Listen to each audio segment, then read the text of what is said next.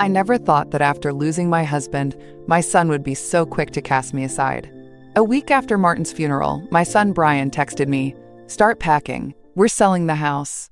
No phone call, no knock at the door, just a text, as if 30 years of memories could be shoved into a box and carted off like old winter coats. I stared at the screen for a long time.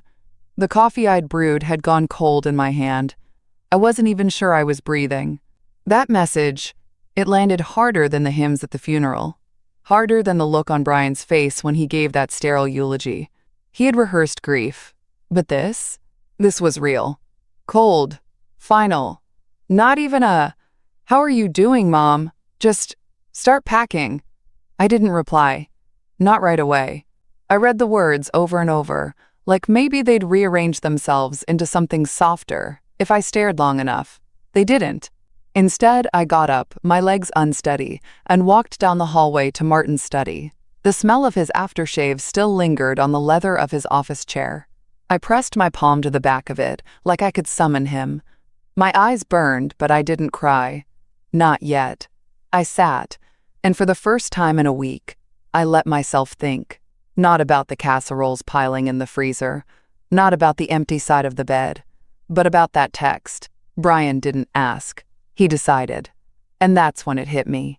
He thinks the house is his. He thinks now that Martin's gone, I'm just an old woman squatting in real estate he's entitled to. How long had he been waiting? The dirt on Martin's grave hadn't even settled. I thought back to the day we bought this house. I was 7 months pregnant with Brian. Martin had walked me through every room, his hand at the small of my back, talking about the Christmas mornings we'd have here, the garden I could plant, the fireplace we'd sit in front of when we got old. We grew old together, Martin and I. But apparently, I didn't grow useful. That message wasn't just about real estate. It was about erasing me from a life I built. A quiet eviction wrapped in digital shorthand. I closed my eyes and leaned back. The chair creaked under me. I remembered something Martin said a few months before he died. "If anything happens to me, Helen, don't let them rush you. You have more power than you think." At the time, I didn't understand. I thought he was being sentimental. But now, I wasn't so sure. I opened the bottom drawer of his desk, the one he always kept locked but had left ajar before the hospital. Inside were neatly stacked folders, each labeled in Martin's handwriting. One read, "Estate. Private." My fingers hovered, but I didn't open it. Not yet. Not because I was afraid, but because I was no longer rushing. They wanted me to pack. Maybe I would. Just not what they expected. I stood slowly, ran my hand along the bookshelf, and steadied myself. Then I picked up my phone and typed 3 words back to Brian. "Thanks for the update." I didn't give him anger. I gave him confusion. Let him wonder what I meant. Because that was the moment I changed, from a grieving widow into a woman ready to reclaim her power. And no one, not even my own son, was going to see it coming.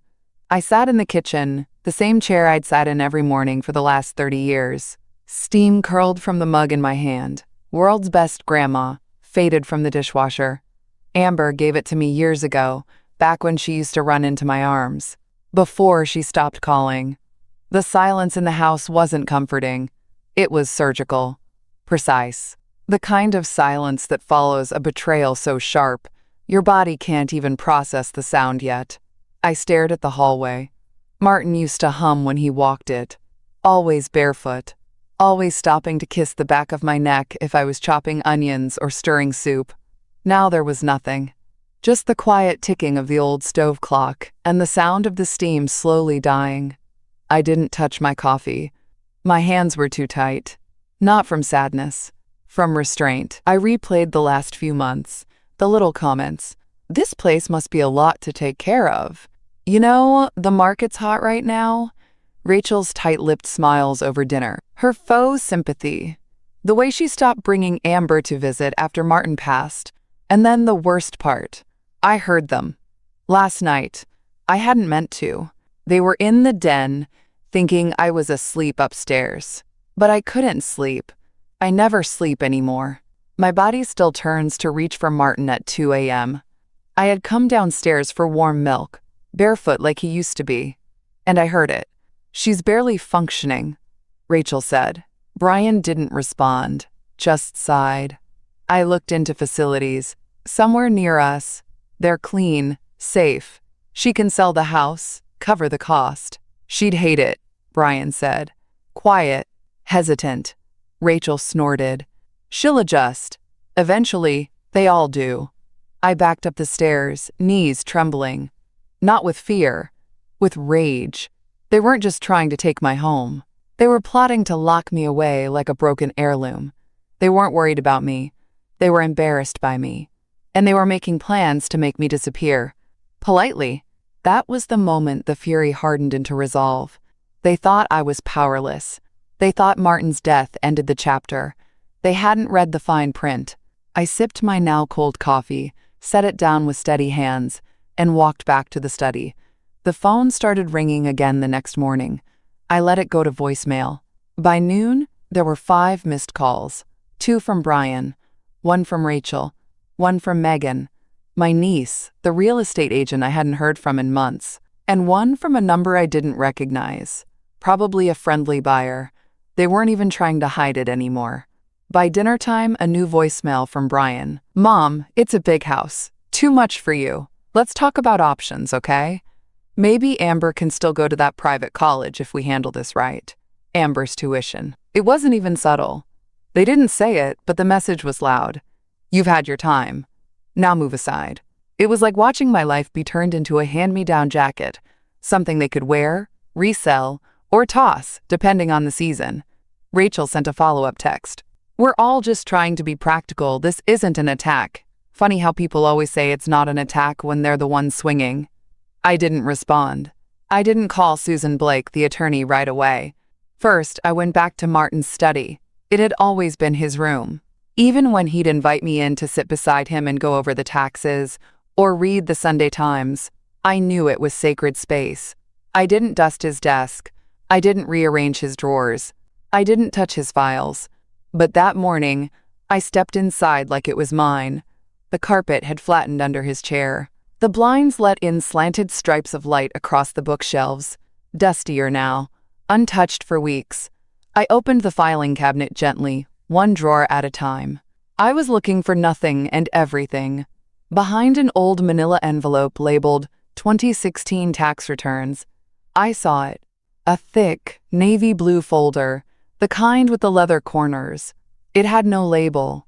Inside, copies of account statements, property summaries, and a letter in Martin's unmistakable hand. Strong strokes, clean letters, no hesitation.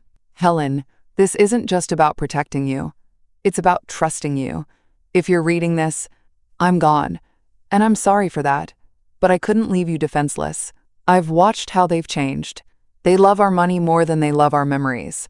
I took steps. He went on to explain the structure of the living trust, the retirement accounts, the private checking in my name, the fact that Brian and Rachel had no legal claim to any of it. Then one line, written in blue ink, underlined twice. No matter what they say, you don't owe them anything. My throat tightened. It was so Martin, plain-spoken, gentle, iron-willed. He had always hated conflict, but when it came to protecting me, he didn't blink. And then, folded behind the folder, something new, something strange, a pamphlet from a luxury condo building in Miami. Tucked inside was a letter from a real estate firm, addressed to Martin, dated last year. I read it twice to believe it. He'd bought me a condo.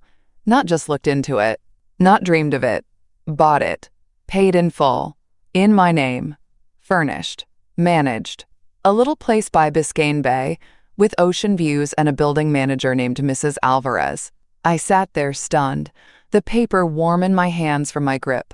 Martin had never said a word. Not once. I thought back to last October, when he surprised me with a weekend in Vermont and told me, if I could give you peace in your pocket, I would. I guess this was that pocket. I pulled the condo brochure closer. Pale blue walls, white tile floors, a tiny balcony with a wrought iron railing, and a hibiscus plant hanging from a hook. There was even a small photograph of the kitchen.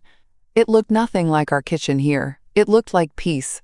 And below the brochure, another envelope. It was sealed. The date on the front? Today's date. In his handwriting. Months before he passed, he had timed it. Inside, a simple note. If you've made it this far, it means you're awake now. I waited until sunset before I made the call. Susan Blake's name was still in Martin's address book.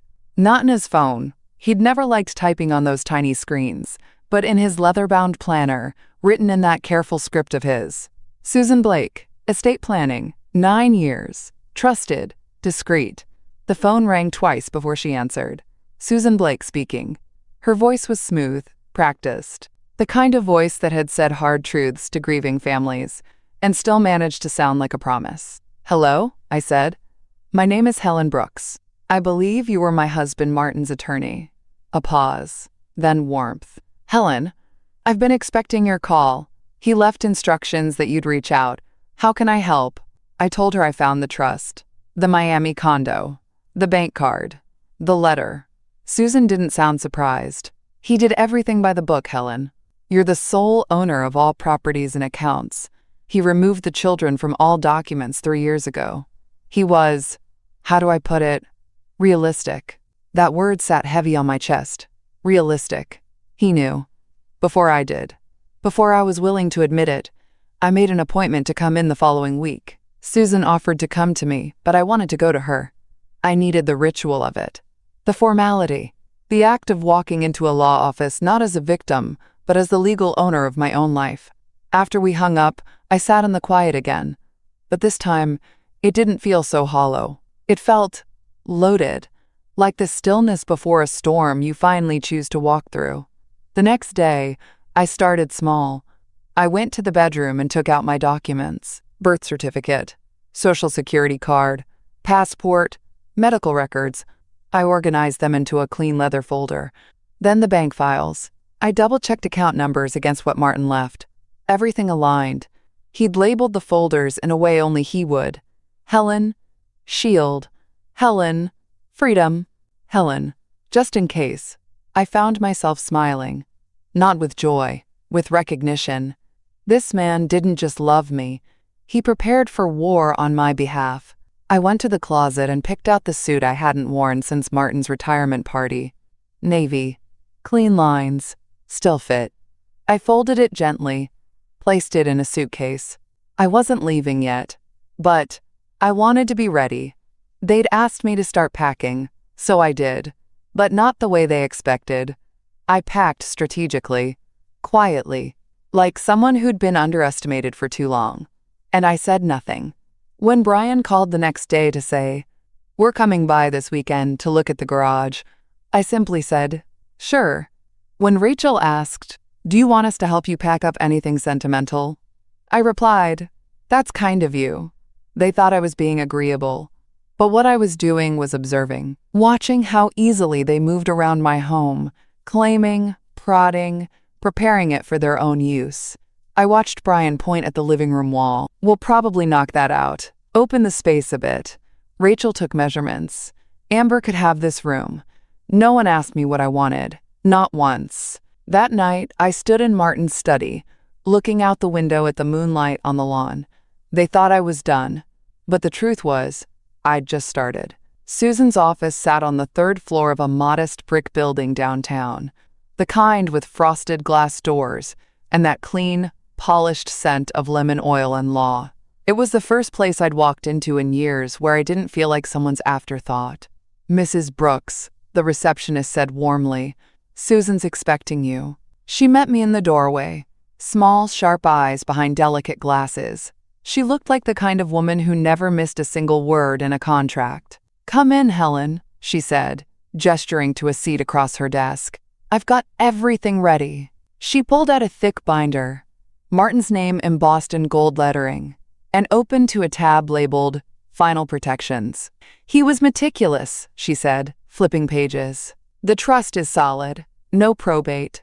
No room for contest. He made sure you wouldn't be touched." I listened carefully. The words made sense. The relief should have settled me, but it didn't. I kept waiting for the catch. For the however, but there was none. Then Susan paused, tapping a separate folder. "There's more." I sat up straighter. "He didn't just protect your home.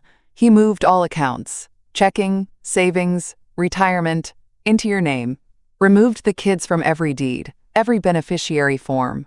When? I asked. 3 years ago. I blinked. That long? She nodded.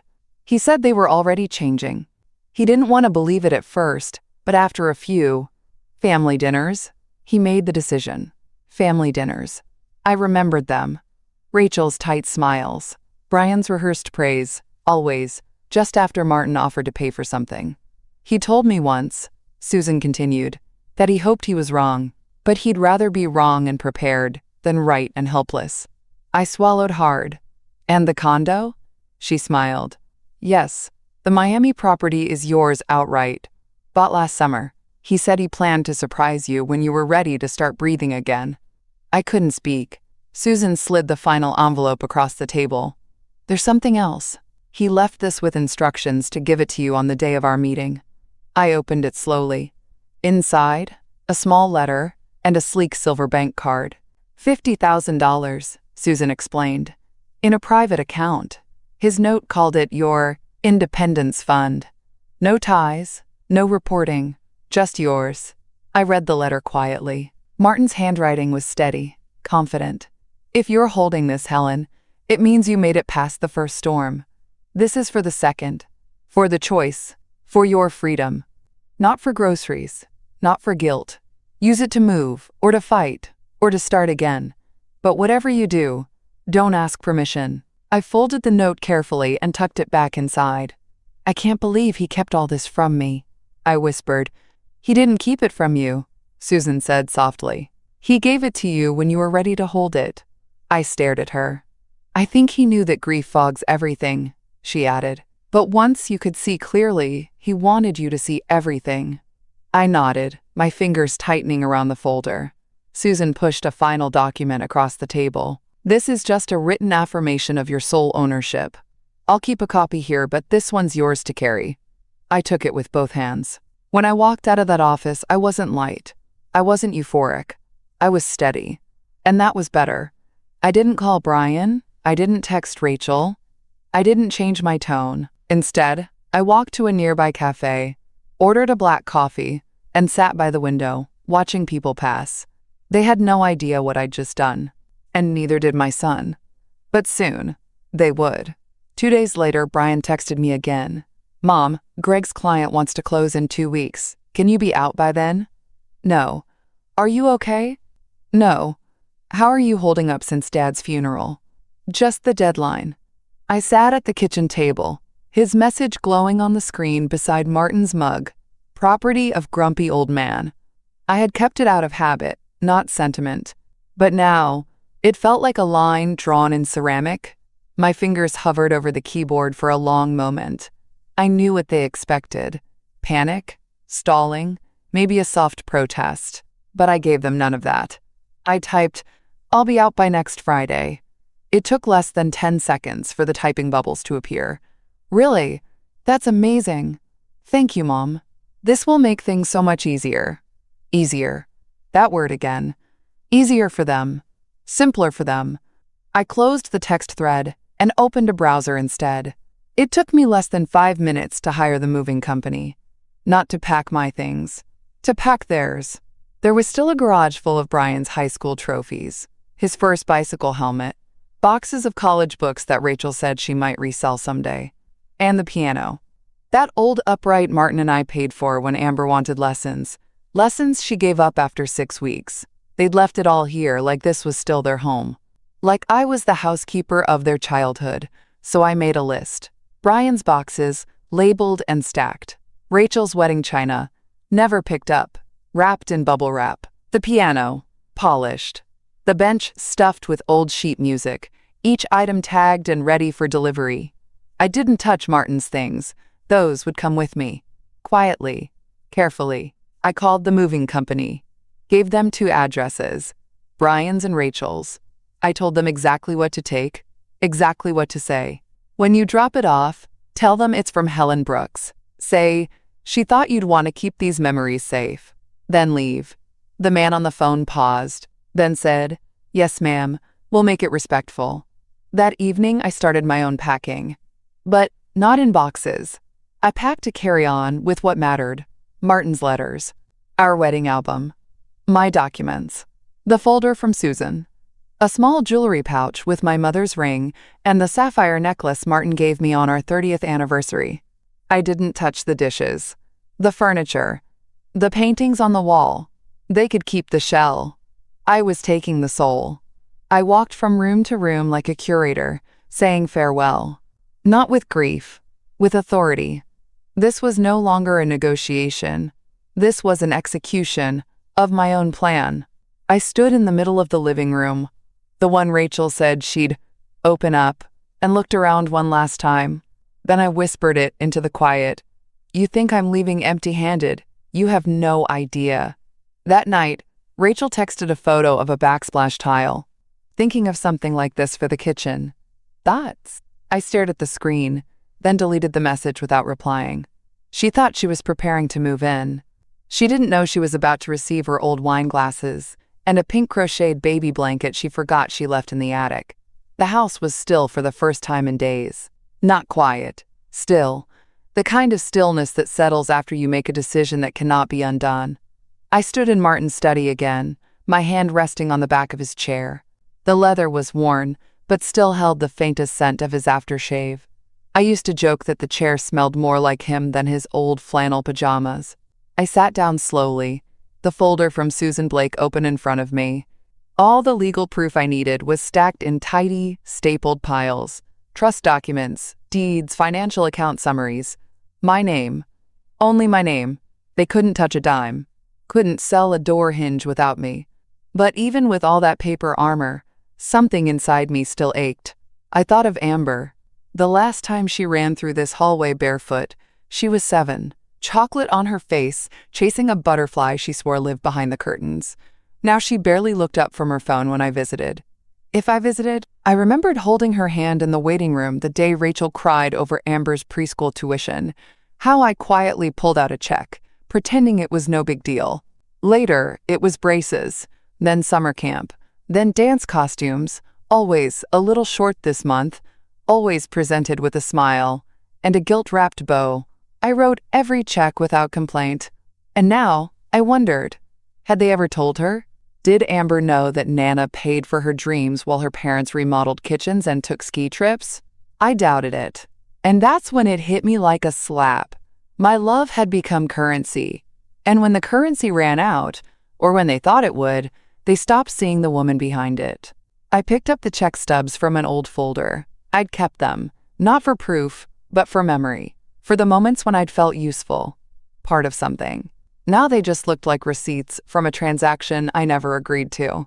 I got up and opened the closet in the study. Martin's things were still there. His sweater, the navy one he wore when he raked the leaves every fall. I wrapped it in tissue and placed it in my carry-on. Then I saw the box, Amber's box. Inside, macaroni crafts, finger paintings, birthday cards addressed in crayon. To Nana, who makes the best cookies. I held one in my hand, stared at the uneven letters. I had loved her without condition. Would she ever see that? Or would she only remember what her parents told her? The thought tightened in my throat.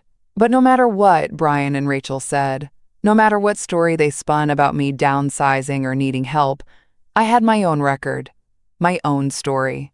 I was going to leave it behind in the only way that mattered, with dignity and a mirror. The movers were scheduled for Friday. The condo in Miami was waiting. Mrs. Alvarez had emailed to say the place had been aired out, fresh linens put in, and orchids placed on the windowsill. Martin had chosen it with me in mind. I would plant new roots where the sun reached the floor by noon, and no one asked me to move out of my own life. But for now, I stood in the middle of the home I built, with calloused hands, aching feet, and a heart full of things no one had paid for. And I whispered something that wasn't quite a goodbye. This was never just a house. This was my witness. The first crack in Rachel's confidence came on a Tuesday morning. She called instead of texting. That alone told me something had shifted. "Hi, Helen," she said, too sweet, too rehearsed. I waited. "We've been thinking," she continued.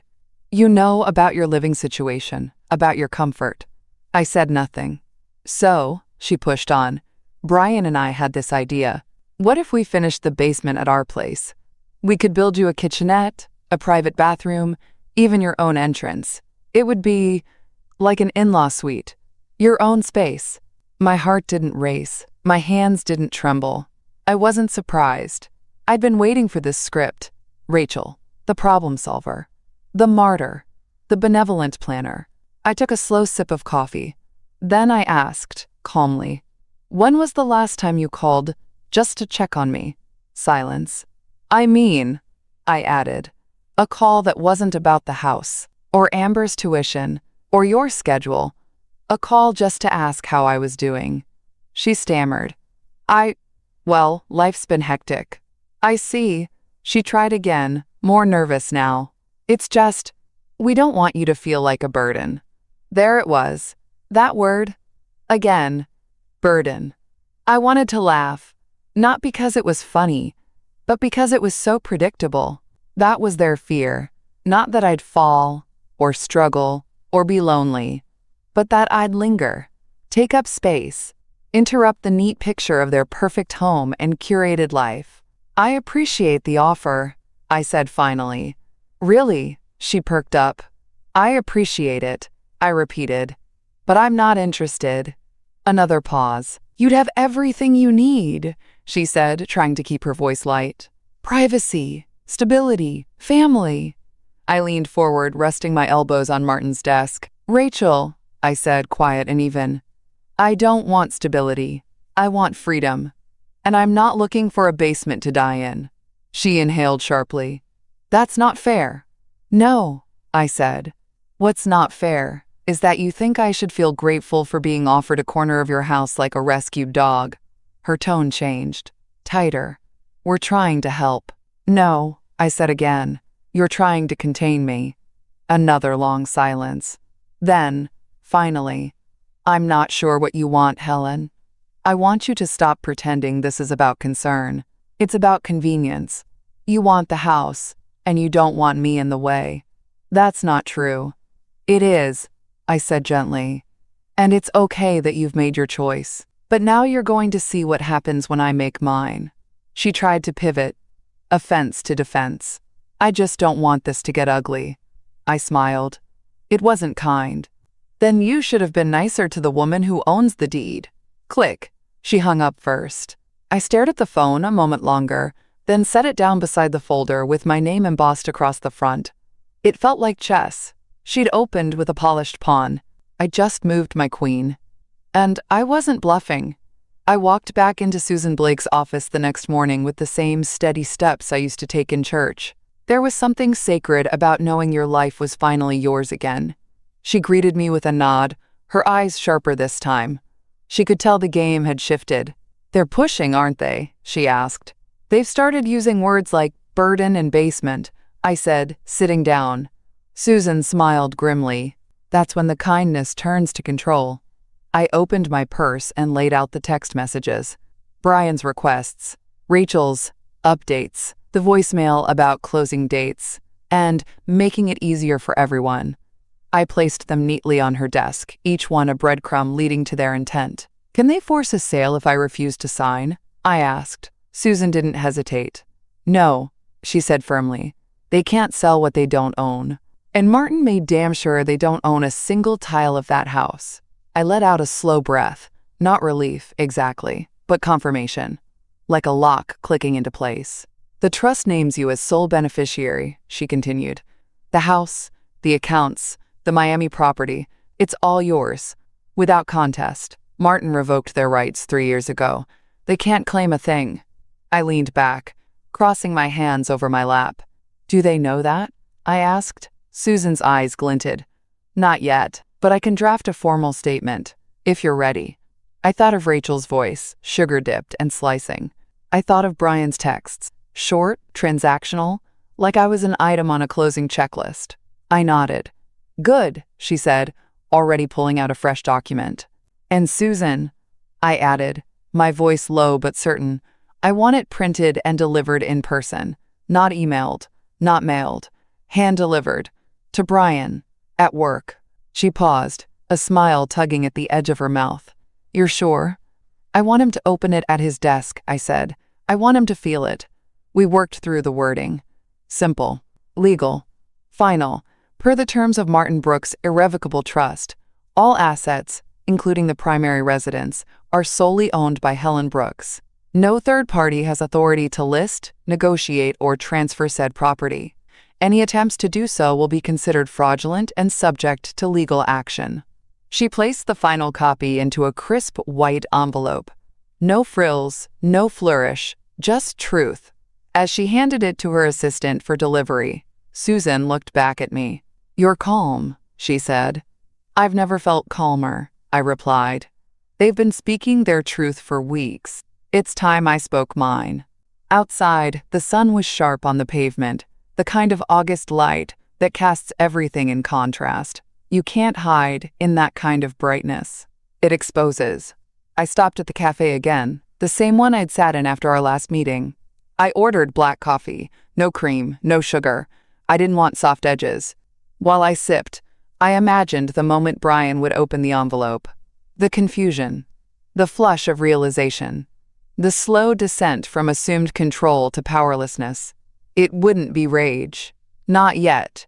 It would be panic. Because that's what happens when a man who thought he inherited everything learns he inherited nothing. And maybe then, he'd think back to the woman who made his birthday cakes from scratch, who sat beside him in hospital waiting rooms, who never asked for anything except to be respected. Maybe then he'd wonder what changed.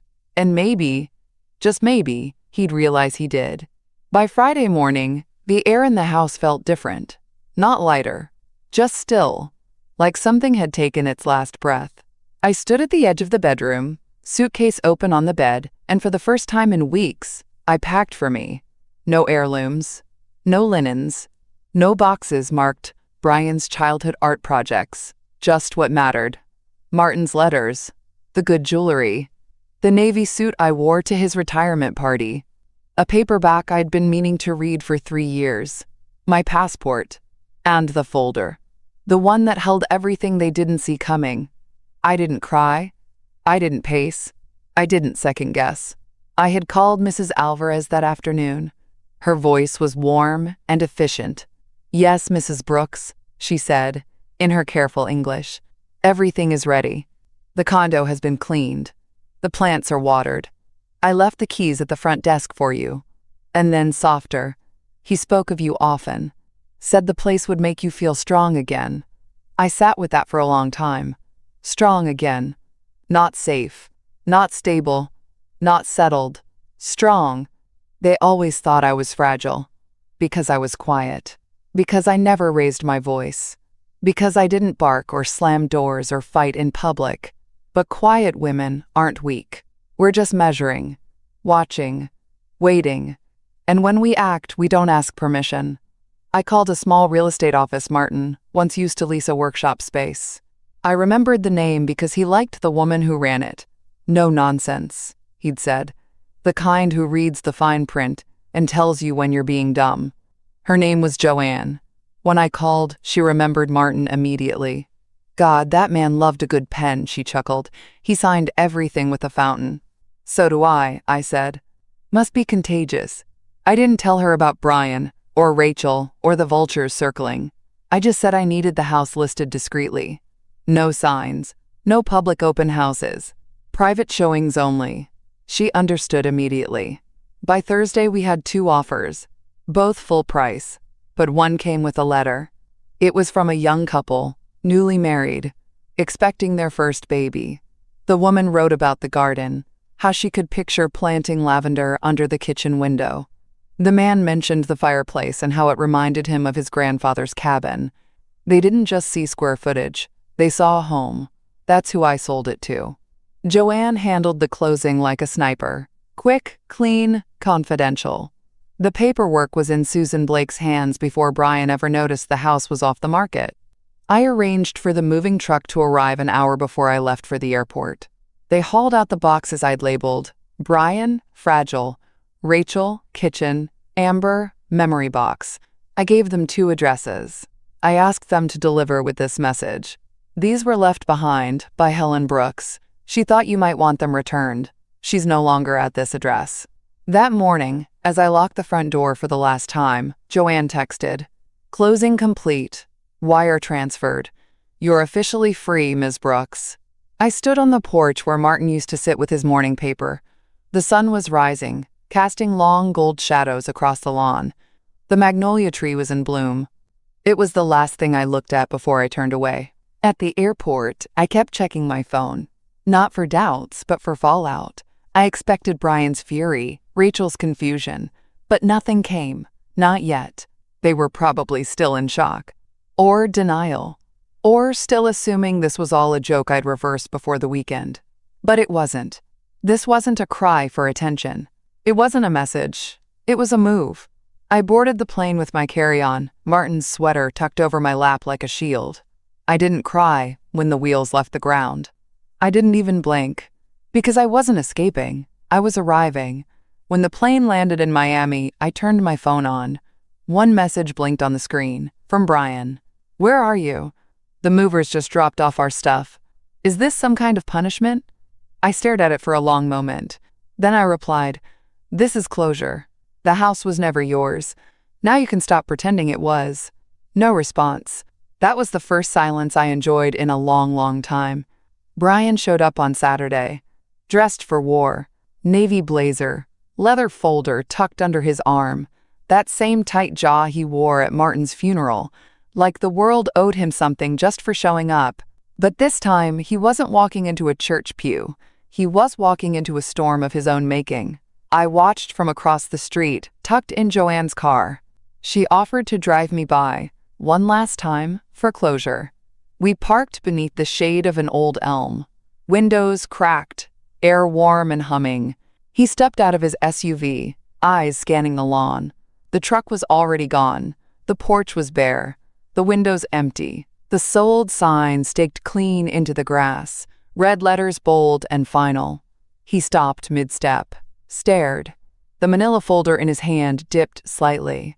Joanne whispered beside me, "You want to go?" I shook my head. Not yet. He walked to the door, knocked twice, rang the bell, waited. When no one came, he stepped back and looked around. That's when I opened my door. He turned. His mouth parted like he couldn't quite believe what he was seeing. "Mom?" I stepped out of the car. Calm, steady, purse in one hand. Martin's sweater draped over my arm like armor. "Brian." He blinked. "What the hell is going on?" I kept walking until we stood face to face at the edge of the lawn. Not on the porch. That wasn't mine anymore. He gestured toward the house. "Is this a joke? You sold the house? Without telling me?" "No," I said. "I sold my house. The one Martin left in my name." He laughed, a dry, desperate sound. "You didn't even talk to us. You didn't talk to me when you decided I should be out in 2 weeks," I said. "You sent a text, like I was a tenant. Or a problem." He opened the folder in his hands. Printouts, listings, emails. I had a buyer lined up, Greg's client. We had a plan. "No," I said again. "You had a plan. One that didn't include me." He shoved the folder closed. "You can't just give away our stuff." "The piano? Amber's things?" "I didn't give anything away," I said. "I returned them. To their owners." "You should have talked to me," he snapped. "I tried," I said, voice cool. "Every birthday, every Sunday dinner, every quiet moment I spent asking how you were, when all you saw in me was a placeholder until you could start renovating." He flinched. I pulled a card from my purse. Susan Blake's. "Any concerns? Take it up with my attorney." He didn't take it. "I'm your son," he said, his voice low now. Less anger, more disbelief. I nodded. "And I'm your mother. But you forgot that when you let your wife speak for both of you. When you planned your future with my past." A silence fell between us, dense and bitter. He looked smaller somehow, not younger, just less certain. "You're just going to walk away?" he asked. "No," I said, and I meant it. "I already walked. You're just now noticing." He opened his mouth again, but I turned, walked back toward Joanne's car. I didn't slam the door, didn't look back. He was still standing there when we drove away, still holding that folder full of plans that had no space for me. plans he would now have to rewrite from scratch. He showed up again the next day, this time at Susan Blake's office. She called me in advance. He made a scene in the lobby, demanded to speak to someone. I told him I'd arrange a proper appointment. He's coming at 2 o'clock. I didn't hesitate. I'll be there. When I arrived, he was already pacing the hallway. Tie loosened, face red, hair a mess. A grown man who had just learned that the inheritance he built his future around was no longer waiting for him. He didn't even see me at first. I stepped through the doorway, closed the door behind me gently. He turned. "You really went through with it?" I did. "And you think this is fair?" I looked at him, really looked at him. His posture, the lines in his forehead, the rage in his voice. None of it belonged to the boy who used to bring me dandelions in a sweaty fist. This man had a mortgage, a daughter, a wife with opinions and expectations, and a fantasy of what I was supposed to leave behind for him. "Do you want to know what's fair?" I said, reaching into my bag. "Let's talk about fair." I pulled out a copy of the will, Martin's original, the one Susan gave me in the first meeting. I handed it to him. He looked down at it, confused. "I've already seen this," he said. "No," I replied. "You've seen pieces. You've seen what you wanted to see. Read this." He flipped through the first few pages, skimming, still defensive, still waiting for the loophole, until he reached page 7. The paragraph was highlighted in yellow. Martin's own handwriting had circled it in blue ink. "All properties, financial accounts, and real estate assets are to remain solely in the possession of Helen Brooks. No child or descendant shall inherit claim or control unless expressly stated by Helen Brooks in writing." He stared at it. The color drained from his face like a slow spill. "You forged this." I laughed. Not cruelly, but the way a woman laughs when she's too tired to scream. "You really think I forged a legal document, had it notarized, reviewed by 2 attorneys, and built a trust around it, just to spite you?" His mouth opened. Nothing came out. "I didn't lie to you," I said gently. "I let you tell yourself a story." He dropped the folder into a chair. "Why? Why would he cut us out like that?" I looked him in the eye. Steady. "He didn't cut you out. You walked out. Every time you made a decision about me without asking. Every time Rachel treated me like a placeholder. Every time you nodded along. He saw it. And he protected me the way you should have." Brian sank into the chair, shoulders caved in. Like a man who'd finally stopped pretending the foundation was still holding. "Amber," he said, his voice small. "She was counting on. Amber still has me." I interrupted. "But not like this. Not with silence and conditions and guilt behind every dollar." His hands were shaking now. "Do you hate me?" he asked. I let the question sit between us. I owed him the truth. "No," I said. "I don't hate you. But I don't owe you my life, Brian. And I sure as hell don't owe you my house." Susan walked in quietly. Professional. Kind. "Mr. Brooks," she said, "everything is legally closed. This meeting is a courtesy." He stood up slowly, nodded, but his face was empty. I walked out before him. Because this wasn't a court. It was a reckoning. And I had already won. The condo was small, but it breathed. Every morning, the sun poured through the east windows like a gentle promise. No creaking floorboards, no echo of someone else's footsteps, just me. And silence, but not the cold kind. The kind I used to sit in back home, while Brian and Rachel whispered in the next room about nursing homes and square footage. This silence was warm, earned, chosen. The air smelled faintly of orchids. Mrs. Alvarez had placed 3 along the kitchen windowsill, pink, white, and 1 deep violet.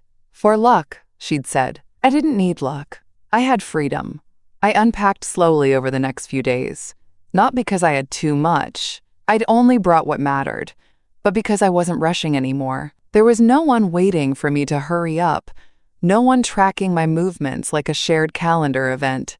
I hung one picture, Martin and me, standing outside the house in our 20s. Me in my gardening gloves, him in that ridiculous kiss the cook apron. We weren't wealthy then. Just stubborn, determined to make something beautiful out